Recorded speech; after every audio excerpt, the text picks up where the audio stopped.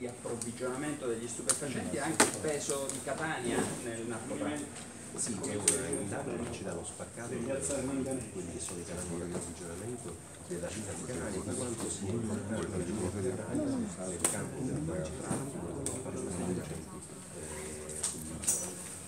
Era abbiamo individuato alcune organizzazioni criminali catanesi che si approvvigionavano da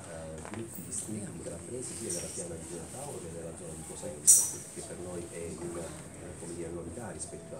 all'indagine che abbiamo condotto fino adesso, e poi una rivendita di stupefacenti verso le piazze di Palermo e di Siracusa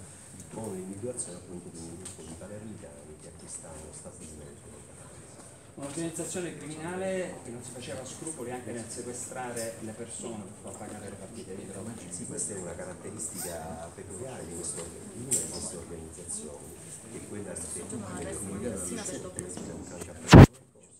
l'occasione ha sequestrato delle persone coinvolte nel traffico di stupefacenti per avere indietro delle somme di denaro relative a partite di